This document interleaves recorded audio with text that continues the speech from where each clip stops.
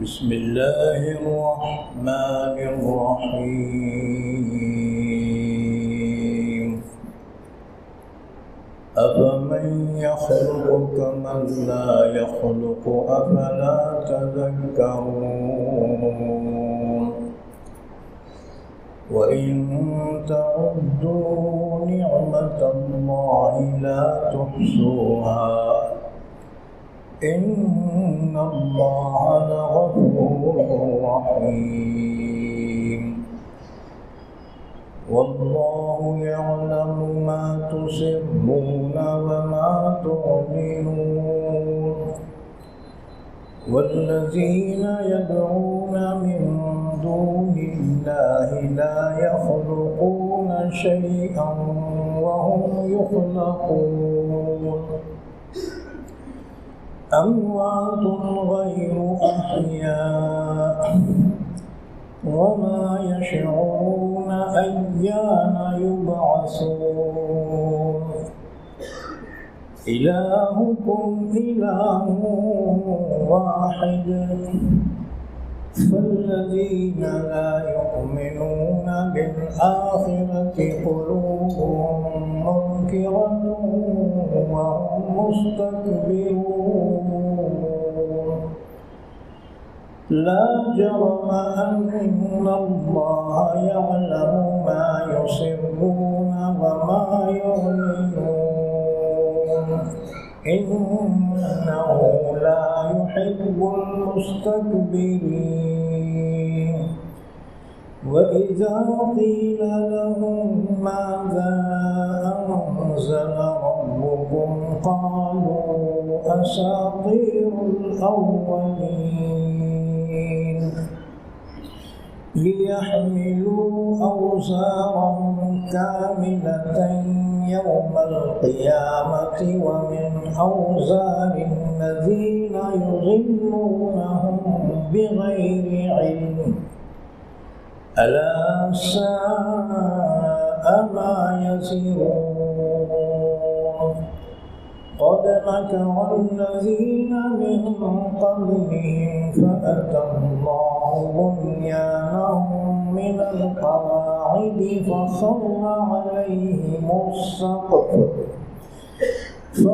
عليهم السقف من فوقهم وأتاهم العذاب من حيث لا يشعرون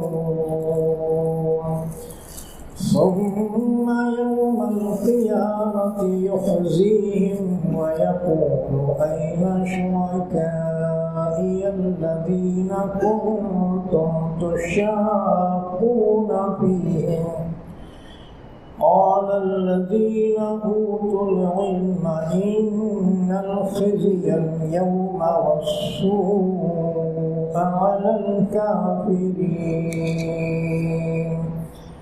الذين تتوفاهم الملائكة ظالمي أنفسهم فألقوا السلم ما كنا نعمل من سوء بلى إن الله عليم بما كنتم تعملون فادخلوا أبواب جهنم خالدين فيها فلبئس مثوى المتكبرين وقيل للذين اتقوا ماذا أنزل ربكم قالوا خيرا للذين أحسنوا في هذه الدنيا حسنة ولدار الآخرة خير ولنعم دار المتقين جنات عدن يدخلونها تجري من تحتها الأنهار لهم فيها ما يشاءون كذلك يجزي الله المتقين الذين تتوفاهم الملائكة طيبين يقولون سلام عليكم ادخلوا الجنة بما كنتم تعملون هل ينظرون إلا أن تأتيهم الملائكة أو يأتي أمر ربك كذلك فعل الذين من قبلهم وما ظلمهم الله ولكن كانوا أنفسهم يظلمون فأصابهم سيئات ما عملوا وحاق بهم ما كانوا به يستهزئون وقال الذين أشركوا لو شاء الله ما عبدنا من دونه من شيء نحن ولا آباؤنا ولا حرمنا من دونه من شيء كذلك فعل الذين من قبلهم فهل على الرسل إلا البلاغ المبين ولقد بعثنا في كل أمة رسولا أن اعبدوا الله واجتنبوا الطاغوت فمنهم من هدى الله ومنهم من حقت عليه الضلالة فسيروا في الأرض فانظروا كيف كان عاقبة المكذبين إن تحرص على هداهم فإن الله لا يهدي من يضل وما لهم من ناصرين وأقسموا بالله جهد أيمانهم لا يبعث الله من يموت بلى وعدا عليه حقا ولكن أكثر الناس لا يعلمون ليبين لهم الذي يختلفون فيه وليعلم الذين كفروا أنهم كانوا كاذبين إنما قولنا لشيء إذا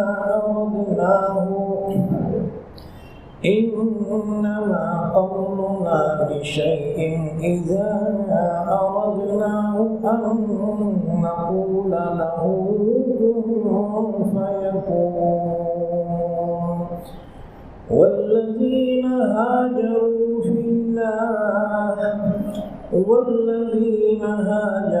في الله من بعد ما ظلموا لنبوئنهم في الدنيا حسنة ولأجر الآخرة أكبر لو كانوا يعلمون الذين صبروا وعلى ربهم يتوكلون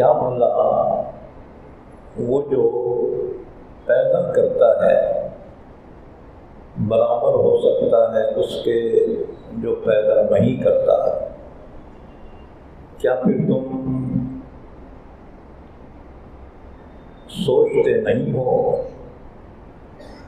اور اگر تم اللہ کی نعمتوں کو شمار کرنے لگو تو ان کو شمار نہیں کر سکتے۔ بے شک اللہ یقیناً معاف کرنے والا، رحم کرنے والا ہے، اور اللہ جانتا ہے جو تم چھپاتے ہو اور جو تم ظاہر کرتے ہو۔ اور جو لوگ اللہ کے علاوہ کو پکارتے ہیں وہ کوئی چیز پیدا نہیں کر سکتے، اور وہ خود پیدا ہوئے ہیں، وہ مردے ہیں،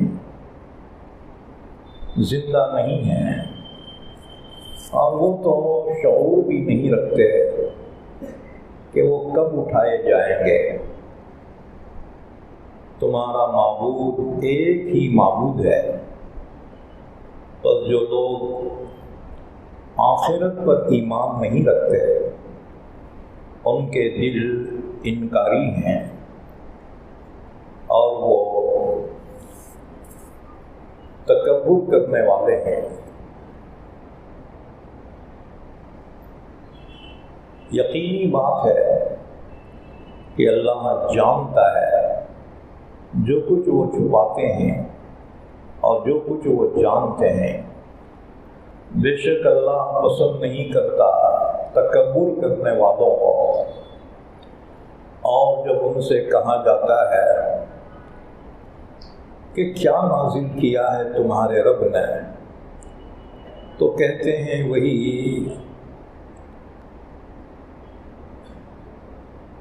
پہلوں کے بے سند واقعات، یہ اس لیے تاکہ وہ اٹھائیں اپنے گناہوں کے پورے بوجھ قیامت کے دن، اور ان لوگوں کے گناہوں کے بوجھ میں سے بھی جن کو وہ گمراہ کرتے ہیں بلا تحقیق کے۔ خبردار، بہت ہی برا ہے وہ بوجھ جس کو وہ اٹھائیں گے۔ یقیناً مکر کیا ان سے پہلوں نے بھی، تو پہنچا اللہ کا حکم ان کی عمارتوں پر بنیادوں سے، پھر گر پڑی ان پر چھت ان کے اوپر سے، اور آ گیا ان پر عذاب جہاں سے ان کو خبر بھی نہ تھی۔ پھر قیامت کے دن اللہ ان کو ذلیل کرے گا اور کہے گا کہاں ہے وہ میرے شریک جن کے بارے میں تم ضد کیا کرتے تھے؟ اہل علم کہیں گے بے شک آج ذلت ہے اور برائی ہے کافروں پر، جن کی جان نکال رہے ہوں گے فرشتے، جنہوں نے اپنے آپ پہ ظلم کیا تھا، تو وہ اطاعت کو ظاہر کریں گے، کہیں گے ہم کوئی برا کام نہیں کرتے تھے۔ کیوں نہیں؟ بے شک اللہ جاننے والا ہے اس کو جو کچھ تم کیا کرتے تھے۔ بس داخل ہو جاؤ تم جہنم کے دروازوں میں ہمیشہ کے لیے اس میں، بس بہت ہی برا ہے ٹھکانہ تکبر کرنے والوں کا۔ اور جب متقیوں سے کہا جاتا ہے کہ کیا نازل کیا ہے تمہارے رب نے؟ وہ کہتے ہیں خیر ہی خیر ہے، نیک لوگوں کے لیے اس دنیا میں بھی بھلائی ہے اور یقیناً آخرت کا گھر بہتر ہے، اور کیا ہی بہتر ہے متقیوں کا گھر، یعنی ہمیشہ رہنے کی جنتیں جن میں وہ داخل ہوں گے، بہہ رہی ہوں گی ان کے نیچے نہریں، ان کے لیے اس میں وہ تمام نعمتیں ہوں گی جو وہ چاہیں گے۔ اسی طرح اللہ بدلہ دیتا ہے متقیوں کو، جن کی جان نکال رہے ہوں گے فرشتے، جو لوگ کے پاکیزہ ہیں، کہیں گے فرشتے تم پر سلام ہو، داخل ہو جاؤ تم جنت میں، اس کی وجہ سے جو کچھ تم عمل کیا کرتے تھے۔ کیا یہ کافر اسی بات کا انتظار کر رہے ہیں کہ آ جائیں ان پر فرشتے یا آ جائے آپ کے رب کا حکم؟ اسی طرح سے کیا ان سے پہلوں نے بھی، اور اللہ نے ان پر ظلم نہیں کیا، اور لیکن وہی لوگ اپنے آپ پہ ظلم کیا کرتے تھے۔ پھر پڑے ان کے سر ان کے برے کام، اور الٹ پڑا ان پر جس کا وہ مذاق کیا کرتے تھے۔ اور مشرکین نے کہا اگر اللہ چاہتا تو ہم اس کے علاوہ کسی کی عبادت ہی نہ کرتے، نہ ہم اور نہ ہمارے باپ دادا، اور نہ ہم حرام کرتے اس کے علاوہ کسی چیز کو۔ اسی طرح سے کیا تھا ان سے پہلوں نے بھی۔ بس رسولوں کے ذمے تو صرف کھلم کھلا پہنچا دینا ہے، اور یقیناً ہم نے بھیجا ہر امت میں رسول نے کہا عبادت کرو تم اللہ کی، اور بچو شیطان سے۔ بس ان میں سے بعض کو اللہ نے ہدایت دی، اور ان میں سے بعض وہ تھے جن پر گمراہی ثابت ہو گئی۔ لہذا تم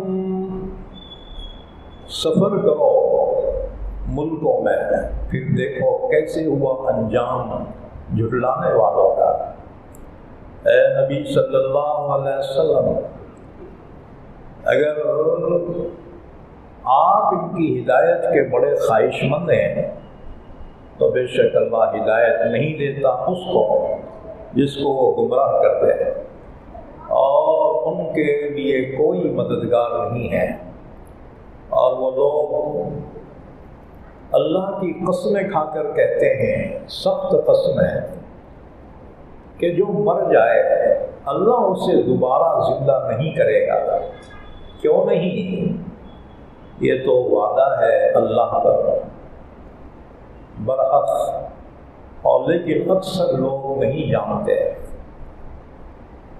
تاکہ ظاہر کرے ان کے لیے جس میں وہ اختلاف کر رہے ہیں، اور تاکہ جان لے کافر کہ وہی لوگ جھوٹے تھے۔ ہمارا قول کسی چیز سے جب ہم اس کا ارادہ کر لیں یہی ہے کہ ہم اس سے کہہ دیتے ہیں ہو جا، تو وہ ہو جاتی ہے۔ اور جن لوگوں نے ہجرت کی اللہ کی راہ میں بعد اس کے کہ ان پر ظلم کیا گیا، تو ضرور بضرور ہم ٹھکانہ دیں گے ان کو دنیا میں بہترین، اور یقیناً آخرت کا اجر تو بہت ہی بڑا ہے۔ کاش کہ وہ لوگ جان لیتے۔ یہ وہ لوگ ہیں جنہوں نے صبر کیا اور اپنے رب پر وہ بھروسہ کرتے رہے۔ یہ سورہ نحل ہے،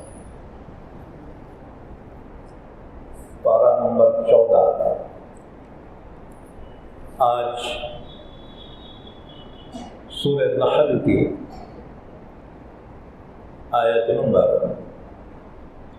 17 سے لے کر آیت نمبر 42 تک پڑھی گئی ہیں۔ ان آیتوں کا ربط ان سے پہلی آیتوں سے یہ ہے کہ ان سے پہلی آیتوں میں اللہ کی نعمتوں کا بیان تھا۔ اب یہاں اللہ کی توحید کو ثابت کیا جا رہا ہے۔ أَفَمَن يَخْلُقُ كَمَن لَّا يَخْلُقُ،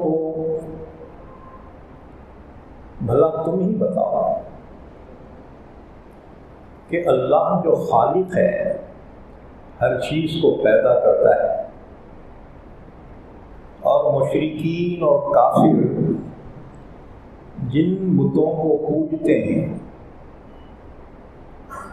کیا وہ کوئی چیز پیدا کر سکتے ہیں؟ نہیں نا، بلکہ وہ خود کسی کے ہاتھوں کے بنائے ہوئے ہیں۔ اللہ نے فرمایا جن کو تم اپنے ہاتھوں سے تراشتے ہو، کیا وہ بھی معبود بن سکتے ہیں؟ اس سے بڑھ کر انسان کی کم عقلی کیا ہو سکتی ہے؟ ایک چیز کو خود اپنے ہاتھوں سے بنایا اور پھر اسی سے مانگ رہا ہے کہ میری دل کی مراد پوری کر دے۔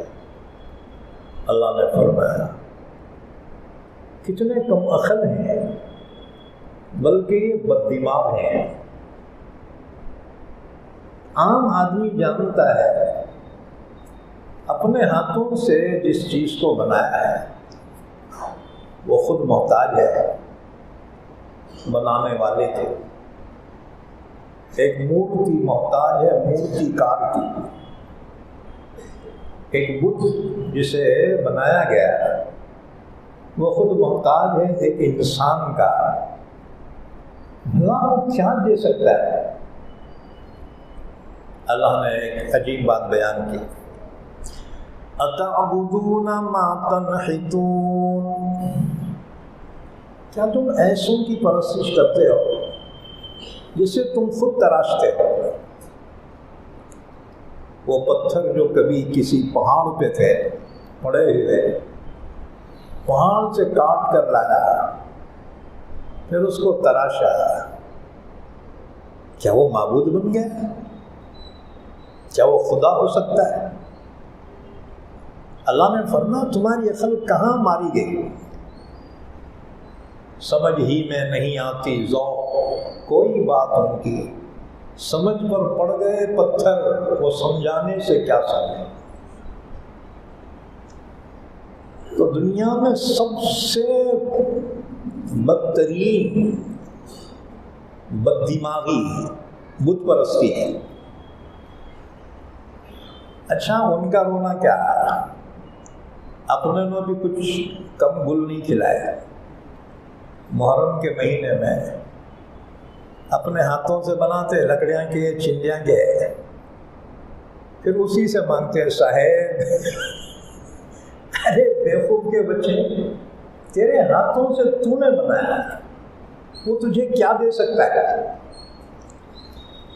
اللہ کا شکر ادا کرو، اللہ نے ہمیں ایمان کی دولت سے نوازا۔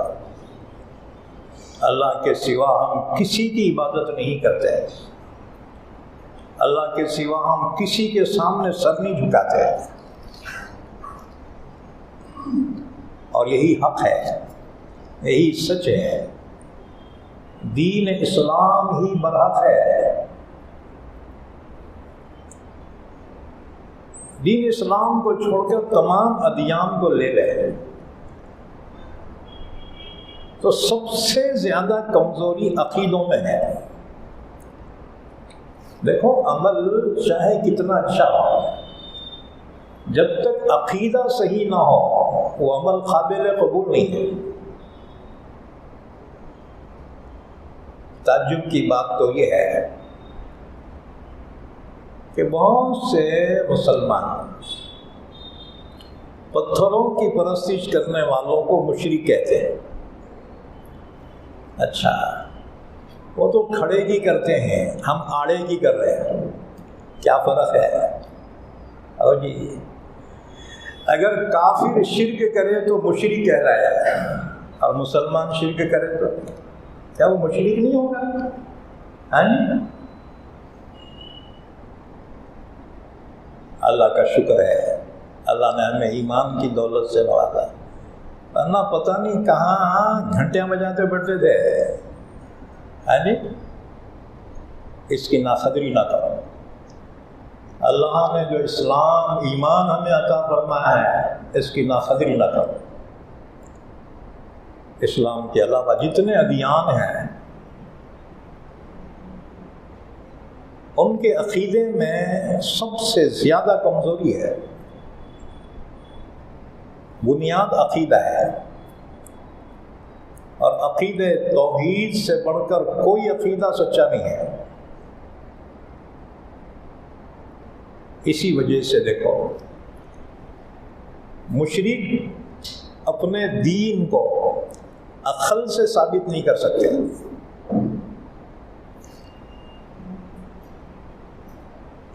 ہمیشہ میں